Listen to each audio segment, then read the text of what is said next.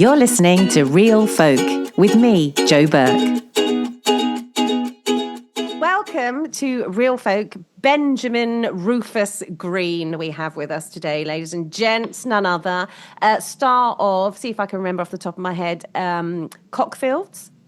Yes. That's one, isn't it? Dinosaur. Yes. Most recent one. Yes. He has worked with, I was going to say Alan Partridge, but it was Alan Partridge, wasn't it? It was Steve Coogan as Alan Partridge. Yeah, that's right. And what other things, Ben? Because Mandy, I had a very Mandy, yes. I had a brilliant week this year. I can still say this year, can't I? Because it's 2024. It's the 31st, yes. Yeah. So this year in April, I had Dinosaur come out, I had Mandy come out, and I had my first feature film called Seize Them come out as well. So that was in 1 week.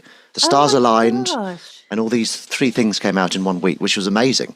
That really is. So let's go back to the film, Ben, because I don't know anything about the film. So it's called Seize Them. It's set in the Dark Ages, and I had scenes with these amazing comedy legends like Nick Frost, Jessica Hynes, I think her name is now, or Stevenson. Hynes. Yes, Stevenson, yes. Is Hynes, yeah. Yes. Amy Lou Wood was in it as well. She's in White Lotus now. And Nicola Cole, what's the name from Derry Girls? Yeah. How do you pronounce her surname? Coughlan. Okay, her that one. Coughlan. Yeah. I don't know. Yeah. I'm sure you won't mind, will you, Nicola? That's fine. It's fine.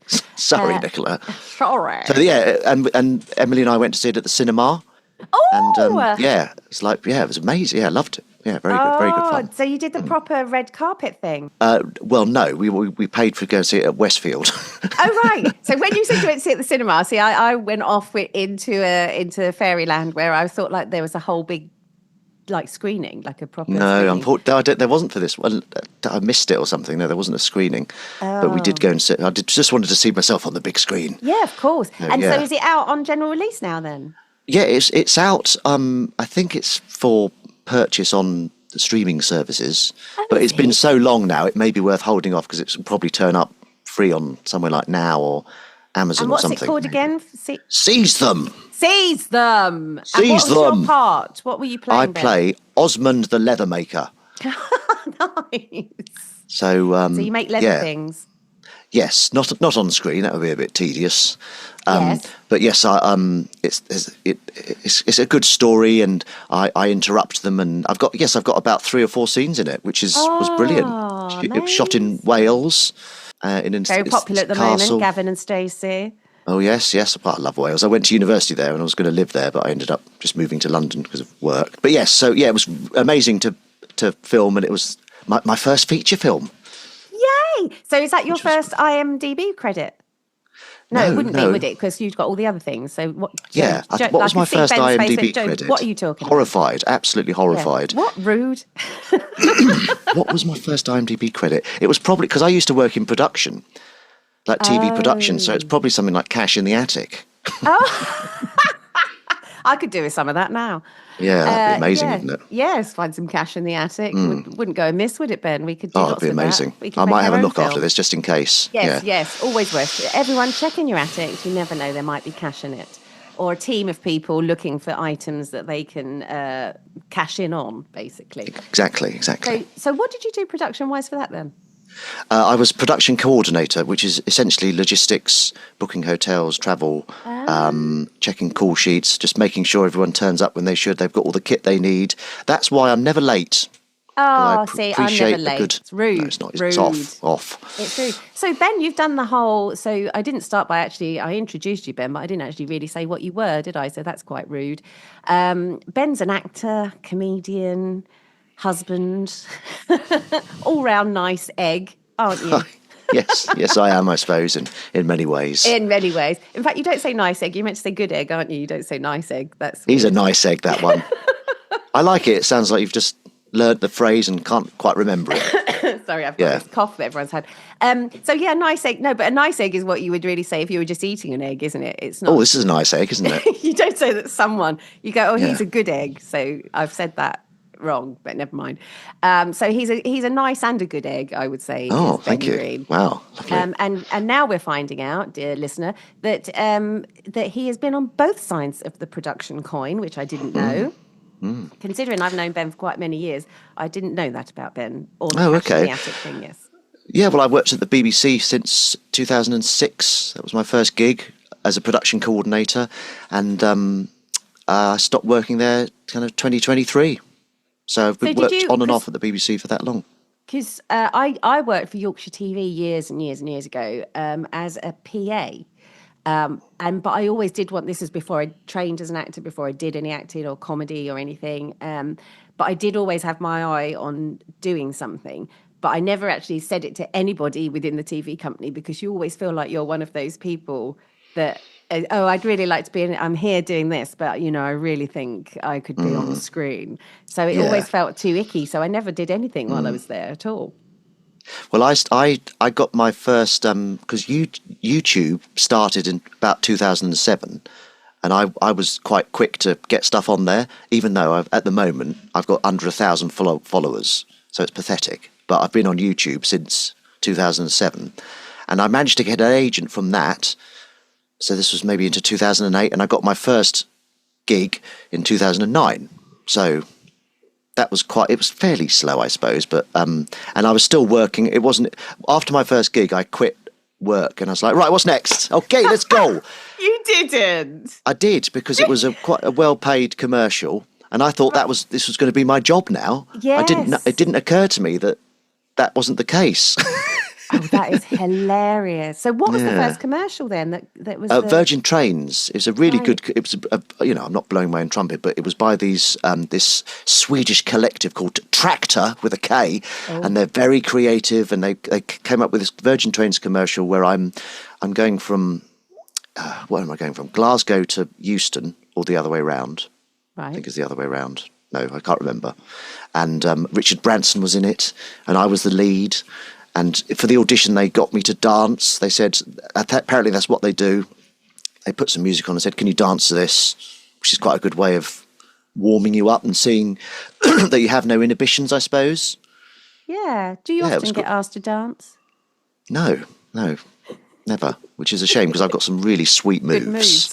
Yeah. I've got this one called the juggling plates, which is do that. Oh, yeah. It's not really juggling. No, It's quite good that though, looks, isn't it? Just I don't so know what that it you is. know, listeners, that he's now sort of. It looks more like sort of very I'll keep doing it. loose-limbed. Yeah, it look. I'm just going to, for anyone that needs this as a visual, it's sort of loose-wristed karate chops. I would say, if ineffectual karate chops is what I would call that. It's kind of littered with insults, but it's accurate. It is accurate. Yeah.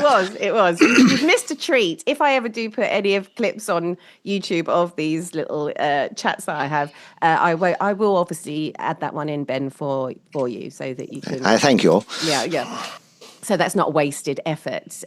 Do you need a little lie down now? That's quite exhausting. No, I'm all right. I'm trained. Trained, fully in that. qualified in the limp-wristed kung fu. So sorry, I've lost the train of thought there. So yes, so you were trained. We were on Virgin Trains. There we Trained, go. exactly. She's Train back on of it thought. with a quip, with a pun. Back on it. So you just thought, well, this is it. It's my first job. It's paid really well. I'll quit my day job, and I am now a fully fledged actor in Actorland, and I will always be in work. Yeah, I just thought, now I'm on because it takes a while to get on the first rung, and I thought, this is it. I'm on the rung now.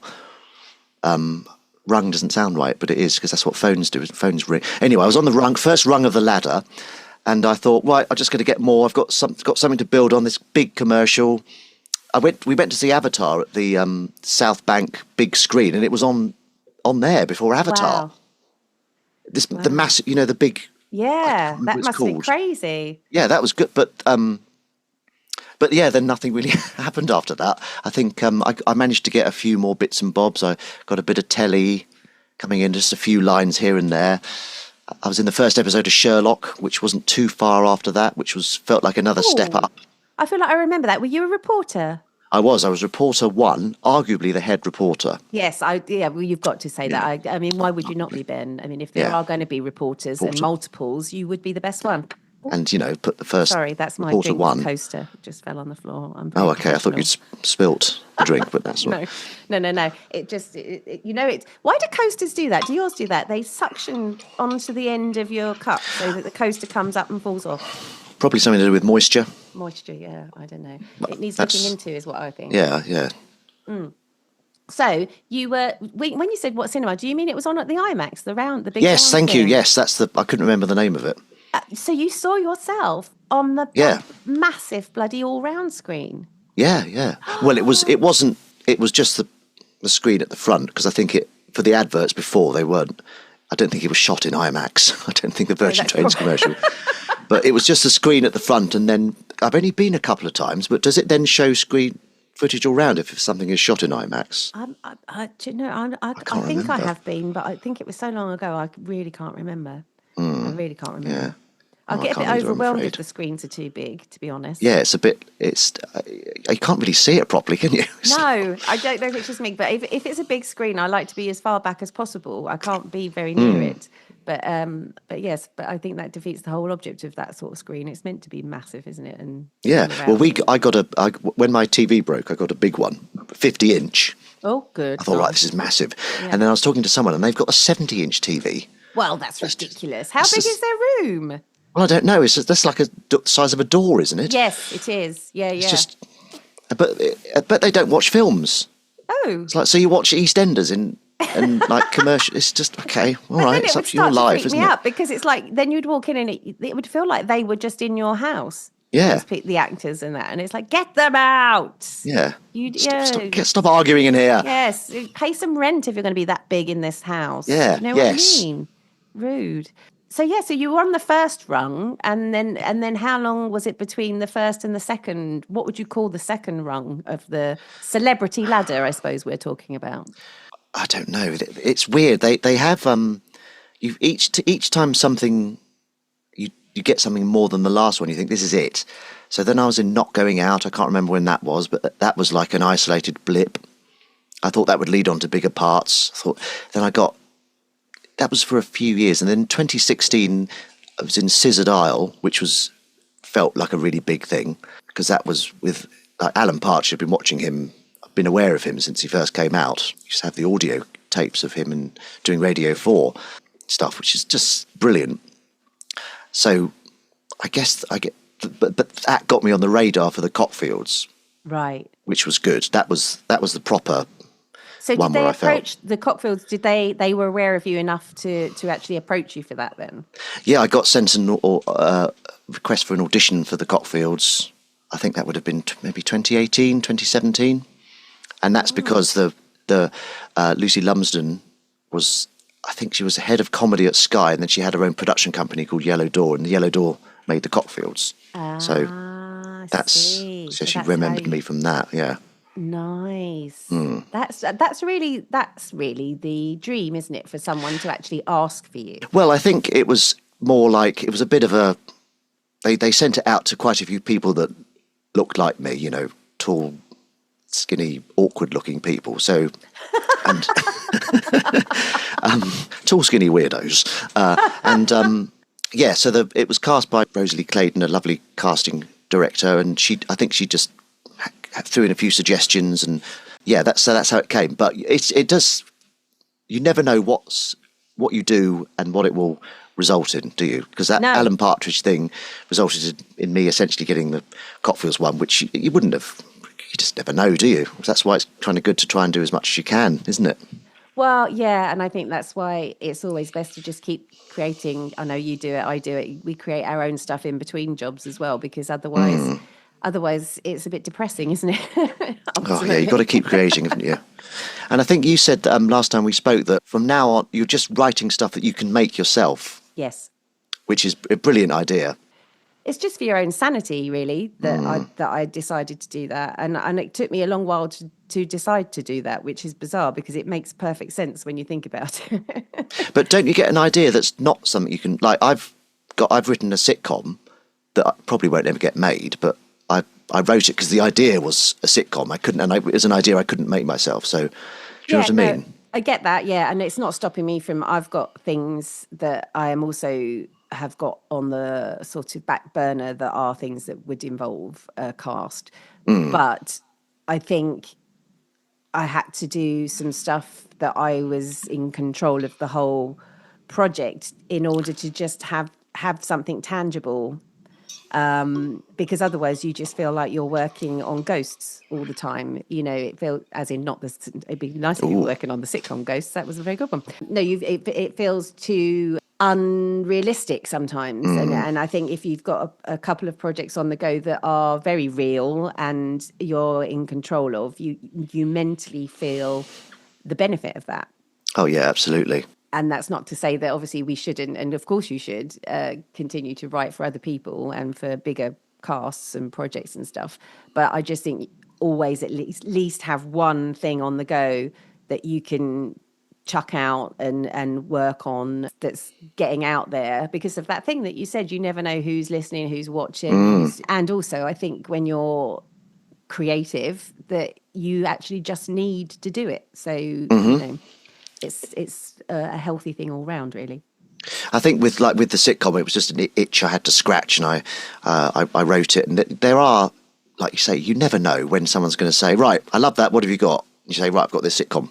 And also there's certain incentives, like the BBC Writers' Room have an incentive that's just closed. I think it opened in early November and it closed in just like late December for sitcoms and comedy dramas and stuff. So yeah, I quite like to have a couple of things up my sleeve, and I'm still kind of getting over that sitcom. You know, when you've just written something, you can't quite go on to the next thing until you've got over that one. So it's still rattling around in my head. Yeah, well, I think that's when you know you've written something that's probably quite good, because if the characters are still sort of arguing and sort of causing you issues, it's like, oh well, they sort of, it feels like they're a real thing. Yeah, hopefully. And are you talking about the sitcom that? I forgot about that. I think you may have read it. Yes, I was just the escape room. The escape room one.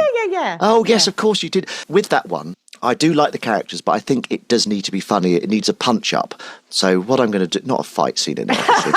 So what I'm going to do is I'm going to park it for a bit, then go back to it. Right. I've sent it off to like one production company, and I haven't heard back from them. So, but I did hear back from them the previous one I sent off. It was still a no, but I heard back from them. Oh, well, that's good. At least you it was a detailed no. Yeah, oh, well, yeah. That's really good. Yeah, that's really good. But what did you think of it? I loved it. You know, I did. I said at the time I read it completely blind. You know, we got together and I hadn't had time to read it or think about it at all. From just the reading, I thought it definitely had a load of potential, basically. Because I've just finished watching The Office. So I wanted to do an ensemble piece, and I love The Office, but I didn't want to do an obstock thing. Sorry, I interrupted you. No, carry on. Well, that was all I wanted to say on that particular point that you raised, and I just saw that I'd interrupted you, and I've probably made it really awkward now. Sorry, Joe, sorry. I need a cough break anyway. Yeah, because you mentioned, because I love The Office as well, but you at the time when we had that read-through suggested watching the American Office to me. Yes, that's what I mean. I prefer the American Office. Have you watched any? I watched the first one again, and then I still didn't get past it. Then I'm so sorry. And I know you said. I think I'm going to have to start in the middle somewhere. Series 2 is where they have a rethink, and they don't try and do the British one. They make it their own one. Right. We finished it, and we just started again. Really? That's how much we love it. It's just amazing. Right. So season 2. Right. Okay. I'll do that, because I've tried starting at the beginning a few times now, and I just doesn't do it for me. And it's weird because I love Steve Carell, and the people who are in it are all great. But for some reason, so it must be what you said. Yeah. If you can, then I would strongly recommend it. And you know, I can say this because Ricky Gervais and Stephen Merchant were part of the American Office. I prefer the American one. Yeah. Just because pound for pound, there's better episodes to the British one. The original British one as well. Yeah. I didn't think I'd ever say that, but the British Office is brilliant, but it's a bit too cringy to keep rewatching, whereas this one has got a lovely level of there's a nice relationship, will they, won't they, going on, and it's got the cringe as well. Yeah, I think it's brilliant. But yes, that was the idea with writing. I was like, this ensemble piece, you go into a room, you say something, each character reacts as you want them to, and I wanted to do that in this one. Like, you know how they're going to react to a certain Right, yeah. situation, So or character-led. but Yeah. hopefully funny as well. Yeah. No, I thought it was. And funny you talking about escape rooms, because I just watched... Did you used to watch Inside Number 9? It's one of those ones that's on my radar. I've seen a couple, like popped in the sort of one with Diane Morgan on the lake, and Sheridan Smith one. That's the best one. But I'm going to start from the beginning and watch them all. Yeah, I've watched them all, and I've genuinely loved them. I think what they do is incredible work. But there's an escape room, one of those, so you should watch that. Okay, but it's not. It's just not It's set just in a an one-off. escape room business, is it? It's not about the business. It's about the escape room itself. I think Yes, someone said. it is. Yes, it Good, is. You're good. right. But no, and then I watched yesterday the making of it, because it was their last. They've wrapped that up now as a concept. They're not doing anymore, and that was really interesting. I love the behind the scenes, like their writing process and how it all sort of came about. And you'll probably be, if you haven't watched it, what I loved about it was the fact that not Reese. What's the other one called? Oh my goodness, what's the guy called? The other guy that's not Reese. Reese Shearsmith and. Oh God, it's How terribly could I not know his infectious, name? isn't it? When someone can't remember something, it's so infectious. What is his name? Deep breathing. So, League of Gentlemen, who was it? It was Mark Gatiss, Reese Shearsmith, and God, he was in Benidorm. Mark. He's been in Mark? tons. No, we said Mark, haven't we? Not Mark. Steve Pemberton. Steve Pemberton. I'm so sorry. That's awful. If you're listening, Steve, remember who Yeah. remembered your name. Yeah, exactly right. Yeah, it wasn't me. Big But fan of the show, apparently. He has got he has got a whole ream of notebooks on his office shelves, and basically all of the ideas that he's had over the last 20 years are in these notebooks that he goes back to. So he basically just said, I'm fucked when that runs, because I go back to them for all my ideas. And I'm sure you've probably got notebooks full of stuff. I've got notebooks full of stuff. Where are they? I've got one. And sometimes actually. I feel like it's cheating to go back and look at stuff that far back. But that's what he does. That's, like all of his handwritten notebooks were the Christmas episode. That's one of their, one of the favourite ones, that with Sheridan Smith that you were talking about. Oh yeah, that's very good. Is in note form in a book from years ago. So so the good old notebook, you can't have enough, can you? I don't think. No, I do that. I write them in notes on here on my your phone. Then I transfer them to another notebook, a A4 notebook, and I think I'm on actually notebook number 9. Oh. Now, but I don't know. I hear what you're saying about it's an idea, but I've written it down to come back to, and when I'm coming back to it like years later, it kind of, you edit it as you read it as well. You go, oh, okay, I see what I meant there, but it would be better if it was this way. So it's still your idea, isn't it? But if you've written it and maybe we send stuff off to places, that just because lots of other people have said no to it doesn't make it a bad idea. And luckily, like you just said, your no was a thought out no, that when they've obviously properly read it. Yeah. Whereas sometimes you just get generic letters back that you're like, Or mostly nothing. yeah, exactly, or nothing. Yeah, mostly radio silence. So I think it's having the belief in yourself, isn't it, that what you've done isn't absolute a cackapoo, and that it's just not landed on the right place. And timing as well is important. Like they could have in vogue at the moment could be this specific way of doing it, but in a couple of years your scripts could be perfect for them. And I never try to write what's in vogue at the moment, because by the time you've written it and sent it out, it will be gone. They'll be sick of that genre, won't they? Or that specific style. So I always just, I don't know. It's difficult. I had one sitcom optioned, but I've written about 15 ideas for one episode, and you get really into it and you think, oh God, by episode 3, series 4, this will have happened, and then you just have to kind of park that and move on when you realise it's probably not going to happen.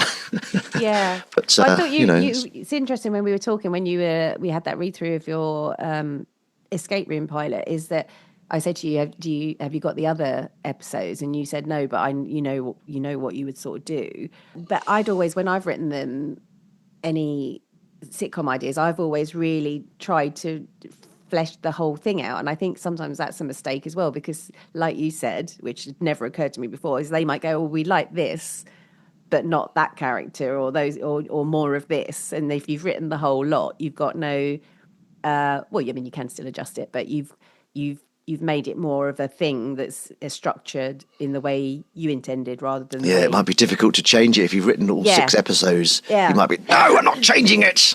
But that never occurred to me, to actually just have an outline really for where you think it's going to go, and not actually to write the others. I think an outline's a bit more, you can, a bit more pliable. You don't have, you're not stuck in your ways. You're not a stubborn writer that we are. So do you use Final Draft? Do you use a... Yeah, well, I used to use something called Screenwriter because someone recommended it. And then I well, no one else uses this. It's not compatible with anyone else. So I was stuck with that for years. And then I finally got Final Draft, and yeah, I love it. Yeah, it's really good. My next project I'm hopefully going to do with my wife, Emily Brown. Hello. Shout out to Emily Brown. Shout out to Emily. Also in the business, also an amazing, she's a producer, isn't she? And Director, yeah. And she directs a lot of documentaries, but she's got a Funny Women. She was a Funny Women finalist for directing this thing I wrote called Paper Trail. Oh, yes, that was huge. It was just this little thing we shot on our phones, and she got to the final Funny Women finals, and it was shown on the big screen and got a massive laugh, and it was like such a special moment. But anyway, enough about her. I think I was saying, yes, the next thing we're going to make is a cat sci-fi. Well, there's not enough of those, Ben, is there? I think everyone's gasped there. Everyone's like, what's what Good. The world needs right now. And breathe out. Don't hold the gasp for too long. Yes. That's the thing I do with Emily. When she says something minor, I go, and then pretend to faint. And it's so funny. It just gets funnier the more I do it. But we're crazy. But yes, the cat sci-fi, it's a 10 series, 10 episode arc. Each episode ends on a quite shite cliffhanger. And it's about 2 to 3 minutes. Clawhanger. Clawhanger, yes, I like it. And it's starring Willow. But the episodes are very short, 3 to 5 minutes, shall we say? Yes, nice. Each it's episode. Willow, so is it your very own cat? Yeah, well, it's like you said earlier, it's designed to make ourselves. Perfect. So we're going to shoot it in our house with our cat. Nice. And the main enemy at the moment is just a red dot. The cats chase after. Yeah. So we've retconned everything a cat does. Yes. Like she does a poo, it smells, someone's tampered with something she ate, so it knocks us out. And she can speak to me telekinetically. Is that telepathically, not throwing things at me. Food bowl. Oh, you want food, do you? Food bowl thrown into my face. Yeah. But yes, telepathically, and I'm the only one she can communicate with. Right. I don't know, so you have to translate for Emily then? Oh no, it's just me and. It's just you and the cat. Yeah. Right. Okay. So she's filming and directing. Right. So she's not in it. She can't be in it. She's playing a young me. Voice-wise. Yes, that does sound a bit peculiar. What's it called? At the moment, it's called A Cat Called Arundel. A cat called Arundel Brown. Right. I don't know if I should say her surname as well. I like the name. The cat's name is Arundel Brown. That's an unusual cat name, isn't it? Well, she's not. She's from another dimension. Right. It sounds awful, doesn't it? So let's just scrap the whole thing. It sounds bloody awful. I think it sounds intriguing, and I can't wait to see it. So she wasn't a cat in her dimension. Yes, she's come through, and the travelling through to this dimension has changed her into a cat, or she's ended up in a cat body. Oh, right, okay. And she's played by. No, go on. No, what was that question? That sounded interesting. I was going to say, what was the portal that she? How did she come to be here as a cat? She can't remember. Oh, she can't remember. But stroking her head helps her remember things. Oh. Cat stroking, yeah. Look at all this. Yes, and so the cat is played by, you were going to say? Alicia Daly. Oh, one of my favourites. Now, Alicia Daly is one of Ben and I's lovely, lovely friends. She's just brilliant, isn't she? Yes. She's amazing. Just elevates anything she's in. She's just so good. She's what we call a proper actress. Yeah, she's got like a... about. Yeah. And she does a lot of devising as well, so she's just...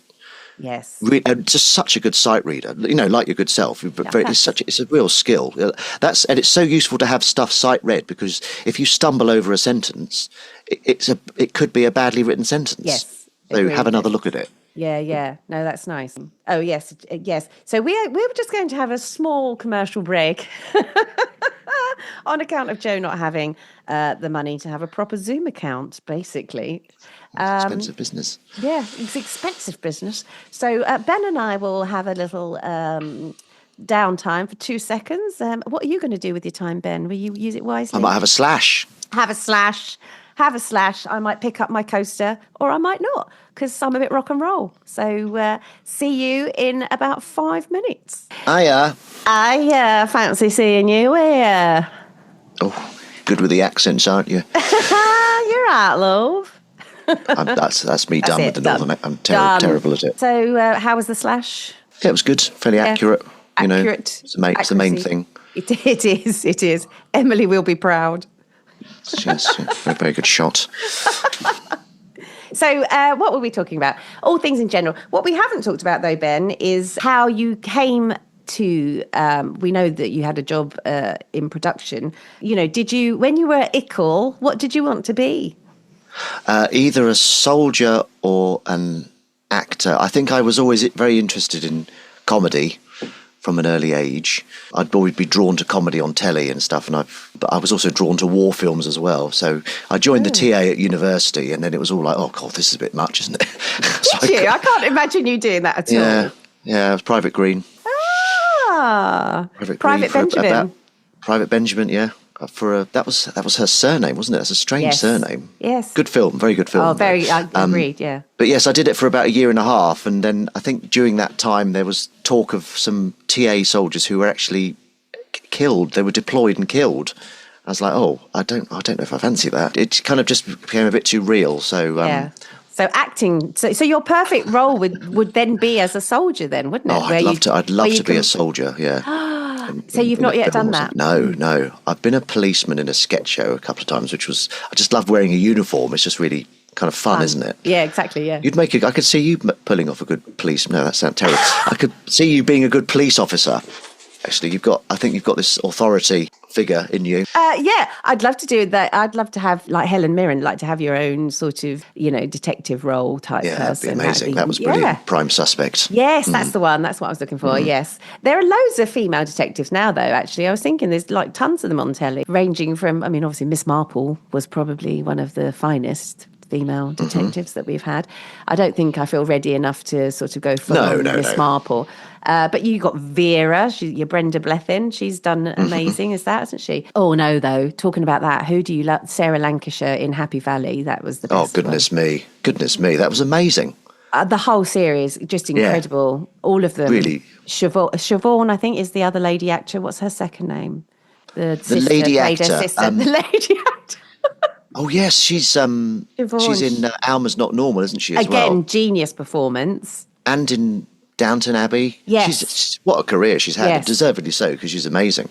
Yeah, and she's one of those comedy and drama.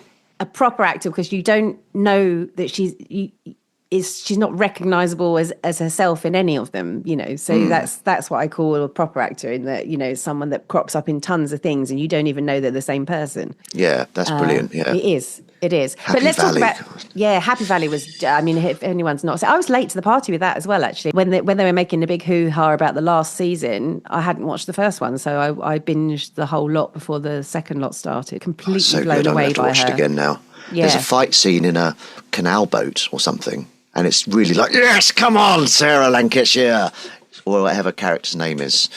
Really good, and unashamedly British as well.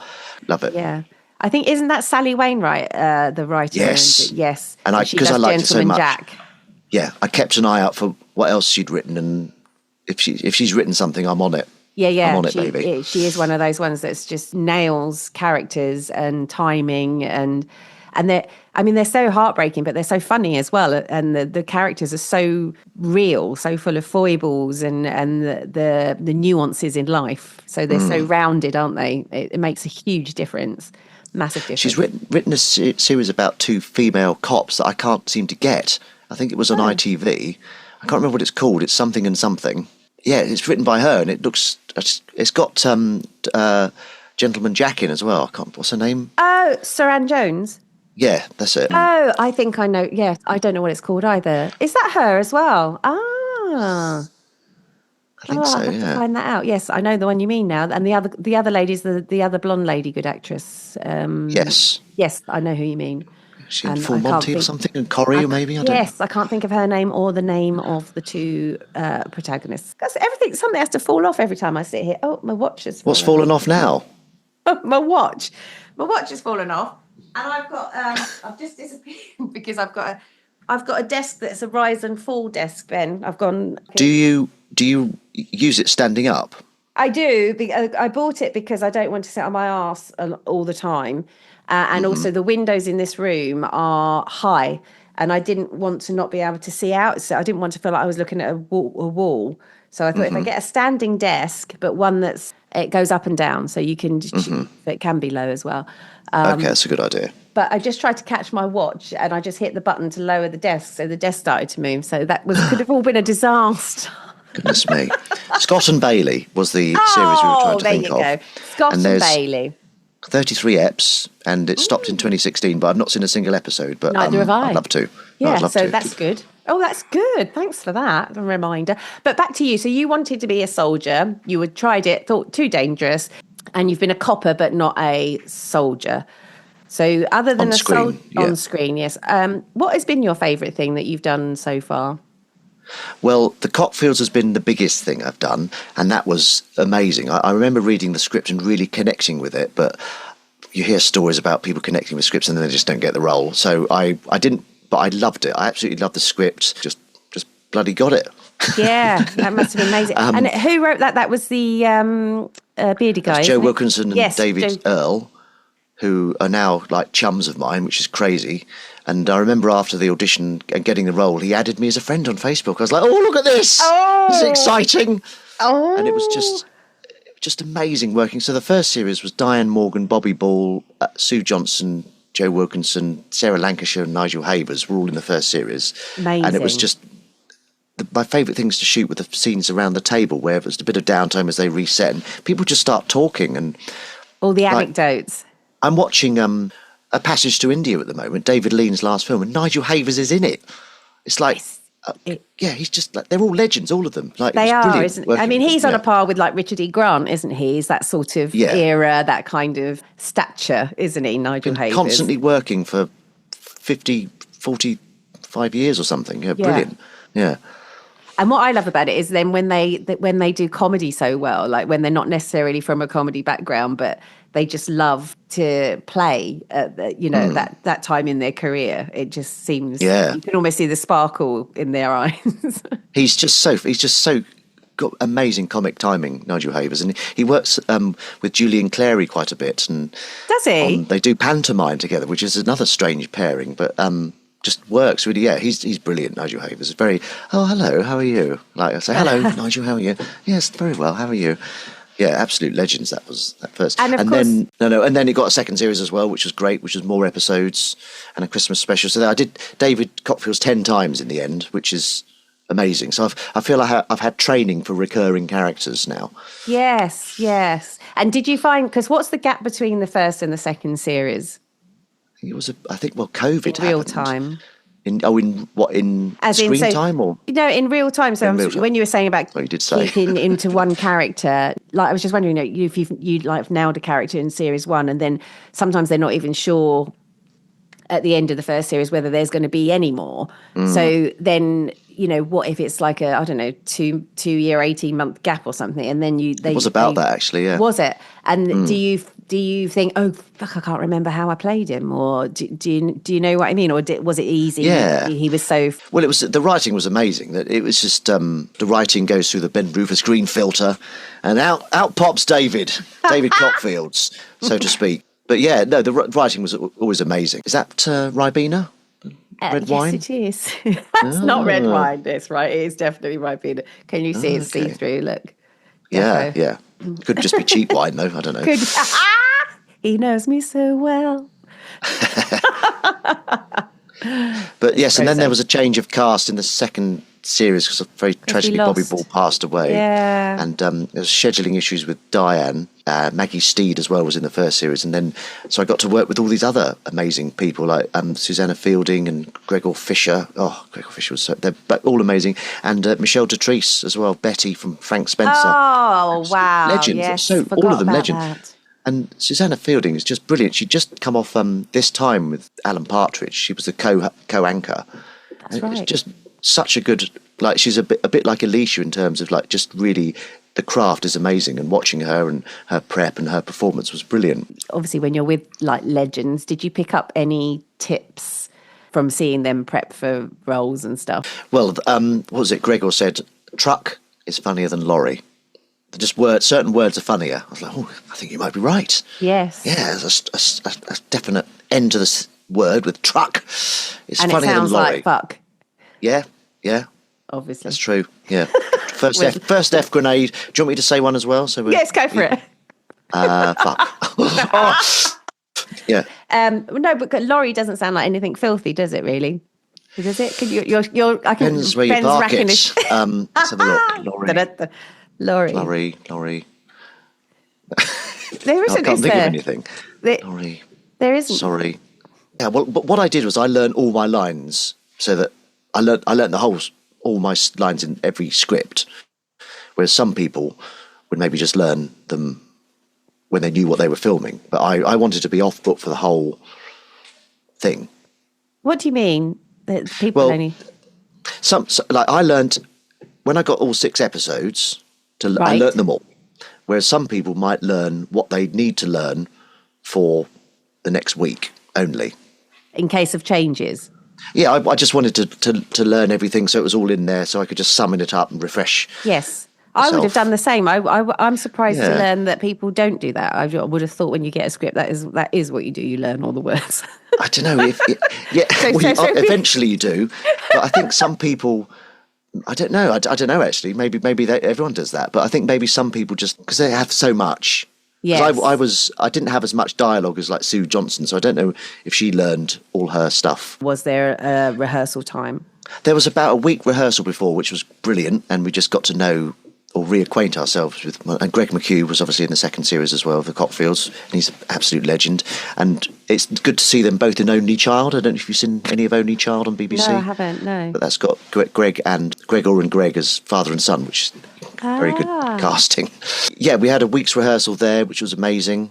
And it's just, I just find the whole thing so exciting. I love it. Yeah, absolutely I love loved it. being And on set, yeah. Being a recurring character was like a dream come true, really. So I would like more of that in 2025, please and thank you. Yes. I'm sure it will. I'm sure. Have you changed agents since and getting more stuff, or are you still... No, I think I've had the current agent, hello there, Cheryl, for a while now. About, I don't know, 10 years or something. Yeah, something like that, yeah. But I also did a recurring character, Dinosaur. That was... I was in 4 episodes of that, so that's 2. And I was in EastEnders for 2 episodes. If you're in more than 1 episode, you're a recurring character, apparently. Oh, really? I looked up the definition. Oh, okay. Well, that's good. So were you, what, was it a policeman in EastEnders? No, I was a AA, but for drugs, DA. No, not Alcoholics Anonymous, but Drugs Anonymous. Oh, there's a drugs anonymous. Well, I don't know. None of them were alcoholics. They were all on drugs. Right. Apparently, trying to get off drugs. In my meeting. Right.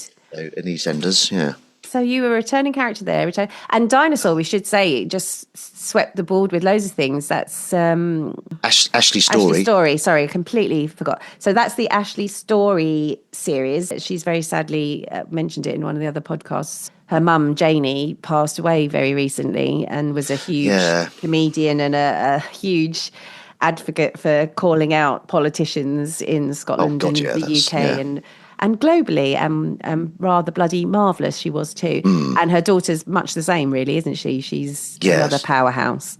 Yeah. So it's co-written with Matilda Curtis.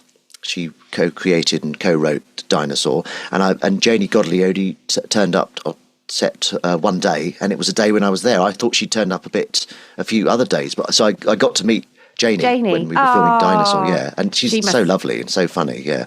And she must have been so proud to see her doing that. Yeah, I think it was. Yeah, it was. They'd shot a pilot, and then from the pilot they got a series. Brilliant, really good fun to film. And who I think did you it's play coming in back that? as well. I was Ashley's character's boss at the Natural History Museum. That's right. So that's coming back. So you'll be in that one as well. Well, hopefully, I don't know. I mean, they might. Hopefully, they won't kill me off. Or something. I don't know. It doesn't seem that kind of show, does it? A dinosaur head could land on me. I'm not giving them ideas, but a dinosaur head could come loose and land on my head if they want to kill me off comedically. Yes, it could happen. I don't want them to. No. And anything else in the pipeline? What else is going on? As I say, hopefully going to make that cat sci-fi soon. I'm really excited by that. So we had Emily and I had a production meeting this weekend, and we're going to make it front and centre. We want to make it really filmic, so we're going to discuss shots and stuff to just really make it nice and filmic, and hopefully going to have a read-through with Alicia. Very small cast, it's just me, and Alicia's just the voice, so very makeable, really. Yes. But I was in a Sister Boniface episode this year, but it's out in 2025, which was amazing. Who was in filming that? down. That was Anna Crilly, who I'd not met before. She's lovely. Oh, yeah. And so obviously Sister Boniface, and it's just nice to meet. The cast was so lovely, like welcoming you in there. At the beginning of the year, I was in another film, so I've yet to see if I make the final cut. Oh, it would be amazing. Can you say what it was, or? Yes, it's called Deep Cover, and it's got a really good cast. It's got Bryce Dallas Howard in it, Orlando Bloom. Oh my gosh. Howard, so like Sean Bean's in. I didn't see any of these people. I was just on the phone. Bean. Oh. Sean Bean, yeah. Sean Bean. So hopefully I'm in that. But what are you playing in that? I'm playing Orlando Bloom's agent. Are you? I think I can say that. I didn't sign any NDAs or anything. Yeah. So did you get hopefully any that'll be out soon. Tips off of Cheryl for playing an agent? I didn't think to ask her. That would have been a good idea. Oh, come on. No, it's just a couple of scenes. And it was, all on the script, all on the page, what to do, really. Yeah. And I managed to get an improvised line in, which was good. It's fabulous.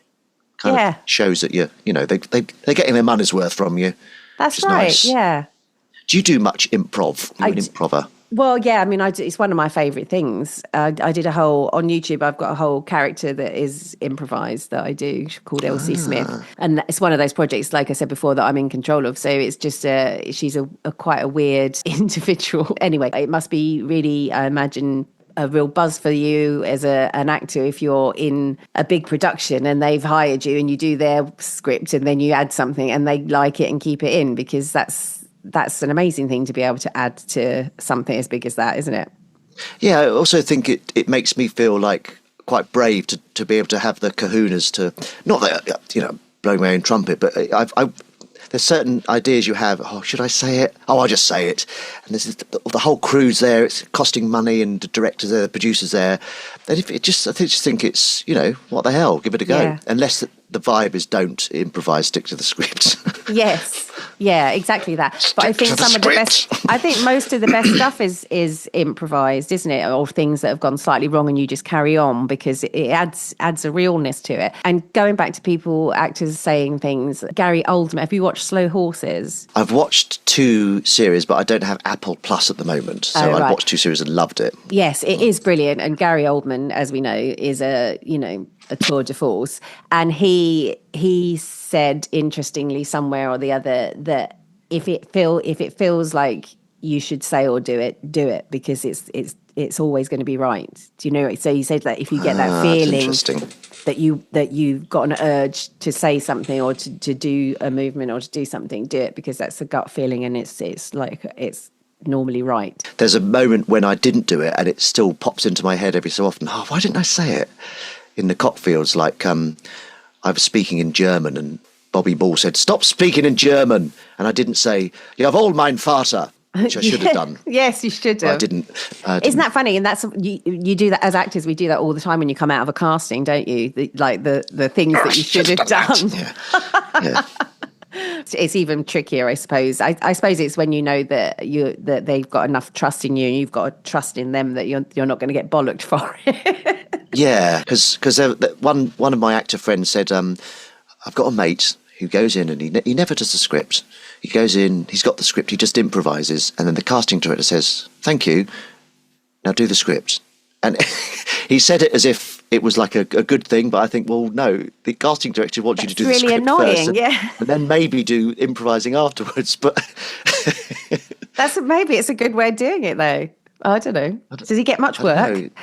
I don't know. I think he does actually, but I don't think I'd be too scared to do it that way. I think it's one of those things, isn't it, where as an actor you go in and you don't feel like it's your time, and I tend to feel like I need to sort of scurry away as quickly as possible because there are other people that need to be seen. I think took a long while for me to realise that actually that's your time to do what he does, basically, and experiment and go, do you know what, this is how I see it. Or maybe say, do you mind if I had an idea, do you mind if I... Try it. Yeah, I don't like those ones where they're hurrying you in and saying, right, come on, get out, come on, we got the next person. It's like, no, let's get this right, shall we? Yeah. I went to one audition. This was when I lived outside London. It took me ages to get in for some reason. I was in there for less than a minute. I was like, oh, what the hell? And I didn't get it. No, I know. I understood it. I didn't get the role, but yeah. So Yes. I try and get my money's worth. And used to, when you had auditions in Spotlight, you used to be able to steal a pen. So at least you came back with something. That's exactly right. Not that I stole pens. Spotlight, Ben. If you need some Spotlight pens, Ben's got a whole pile of. Look, he's got one there. No, I haven't. No, he hasn't. It's not a purple Spotlight pen that he's got. Everyone, is a whole jar of those. Yes. Did people get them for Christmas, jar. Ben? No, because they don't do them anymore. They're endangered species. These are. Do you still get the Spotlight calendar diary? No, it's an equity diary, isn't it? That comes through. I've just remembered. You got it, yeah. I give mine to my mum every year. I always mean to use it, but I never do. No, I've never used it once. I give it to my mum. She has one every year. She's more of a member of Equity than I am, frankly. Oh, okay. At least someone's using it, I suppose.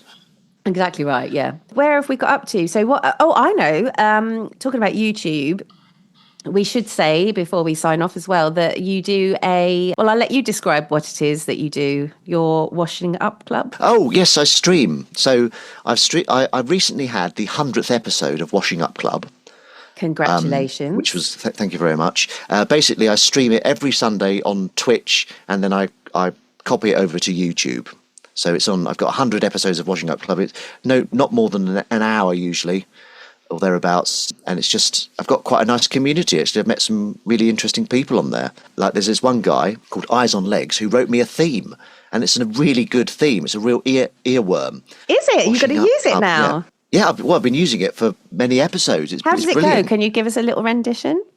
Washing up club, washing the grease away. He's got a much better voice than me. Washing up, you've got to recycle everything. He's got a really brilliant voice. It's like a proper 80s, look it up. Wow. Look up Washing Up Club will. by Daniel Reed, / or / / isn't it? Eyes on Legs. And he's given you the gift of a theme tune.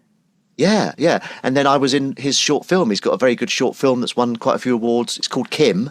I'm in it slightly, but it's brilliant. Yeah. So you meet really interesting creative people. He said, if you ever need any music, just give me a shout. I was like, oh, all right. Have you got a theme for this? And he came back with this amazing song. I use it all the time. I open and close with it, and I do a little dance. And basically, there's a camera on me. There's a camera on my sink in the kitchen, and I wash up. For the 100th episode, I had all these amazing messages from.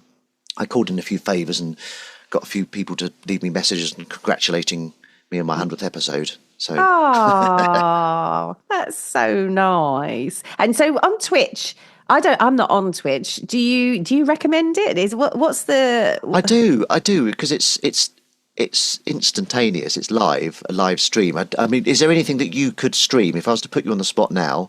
So you've got to do a stream. A live stream. The nearest that I've come to doing is I do a podcast every week called Utter Burke, and that's a stream of consciousness. So it's like 10 to 15 minutes just of whatever's been going on. So I suppose I could Twitch that if I wanted. I mean, Washing Up is quite good because you've got an activity to do as well. Yeah. So because when you start, you might not have anyone watching, which is quite funny. I find that hilarious when there's like no one watching and I'm just streaming away. Washing up. Yeah, washing up. So is there an activity? Do you like cook or knit or No, none of those things. What about in your you've got a shop, haven't you? Yes, Well, I know yes. you've got a shop. Yeah. You could have it on in your shop. Could just That have would be brilliant, in fact. Just have a camera on you and just talk. That could be I've seen other people have them in shops. Have you? And what I love about it is you can just type something in, they read it out, and there's always someone on Twitch. If you go on now, there's probably someone in like Czech Republic talking about something, and right. yeah. Oh, I might do a custard Twitch then, because that's Custard HQ is my creative retail space. So I could do a custard Twitch. Is that your shop? Yes. Yeah, that would be brilliant. If you want any tip, not that I'm an expert or anything, but if you want any tips, I honestly think that could be really good. If you stuck with it for a month, maybe do just try one a week. Yeah, see what you think. I'd tune in. Would a bit, you? Just say, yeah, a bit of support. But you have to tune in. People have to tune in at the time, don't they? So do you do it? You have a specific time that you do these. 10 o'clock, 10 a.m. I do it on a Sunday. I'm going to do one this coming Sunday. That's the first one after the 100th episode. Right. 101st episode, I suppose one might say. Yeah, I recommend it. It's also getting something out there, isn't it? My thing is, because although I do the podcast and I do it every week and I normally release it and record it on a Monday, I can be sort of flexible about the time of day. Like I've done it early mornings before I've had to go somewhere or come back and done it late. Whereas with that sounds to me like, that's quite a commitment to say like every day of that week you're going to do it. Yeah, you don't have to. I think you might get more viewers if you do it at the same time every week. Yeah. You do it like Wednesday at 3 a.m. Not 3 a.m. Terrible suggestion. 3 p.m. You heard it here first. Custard. No, don't. 3 a.m. custard. Why are you doing it, Joe? I've got to. It's got to be 3 a.m. It's my thing. It's my USP. Ben made me. Also, on that lovely note, have you got any other Twitch ideas, or obviously you're writing more pilots and things, and you're doing the Arundel Brown, which have you could have him do a theme tune for that. Yeah, I'm going to, but I want it to be because they're all very short. The episodes, I don't want it to just be a massive long theme tune. So tricky, it's going to do an episode and send it to him and say, any ideas for this? Because I want the villain to have a nice villainous music. But yeah, I'm definitely going to see if I can rope him into it somehow. Nice. Very talented. Yes. Fab. Well, that's very exciting. And you've been amazing, young Benjamin, because how the time has flown. It's nearly time to say goodbye. And it just remains to say, catch Ben Rufus Green in the Cockfields, both series, in the film. What was the film called, Ben? Well, there's one called Seize Them. Seize Them. And then there's Mandy episode with Diane Morgan, which is very good, but that's on BBC iPlayer. And hopefully in Deep Cover. Deep Cover. And he's been ad-libbing in Deep Cover. So, excellent work. Thank you so much. And in the first series of Dinosaur, which has won BAFTAs and whatnots, isn't it? Yeah, very good writing. And it's got a second series, so hopefully we'll catch Ben in that. You can also see him in old things like Scissor Isle. What was it? Scissored Isle. Alan Partridge's Scissored Isle. Scissored Isle. I play the Tesco manager, and it's got an amazing clip with an older woman not understanding how tills work, and Alan is on the tills explaining. It's a very good clip. And also check out Bill and Ben. One syllable bloke Ben. name. It is Ribena. Right. He's going to say that is red wine. No, it's definitely Ribena. Check out Ben's Washing Up Club on Twitch and YouTube. And is that on what's your YouTube called, your site? I think it's Greensville.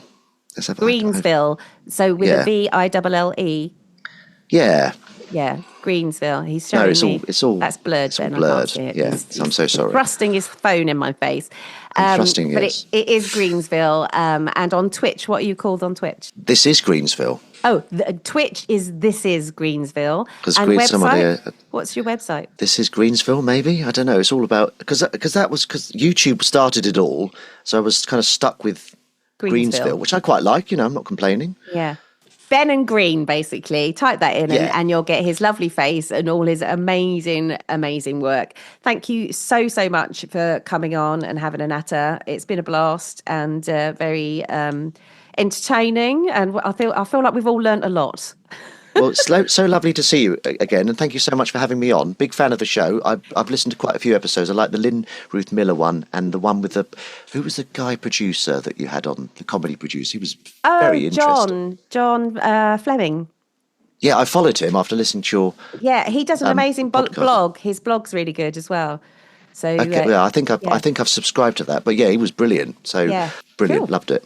thanking you. Have a happy New Year's Eve, whatever you're doing. Let's catch up and work together or do something and see each other in 2025. Yes, please. Thanks very much. Bye, listeners. Bye. Thanks for listening to Real Folk with me, Jo Burke.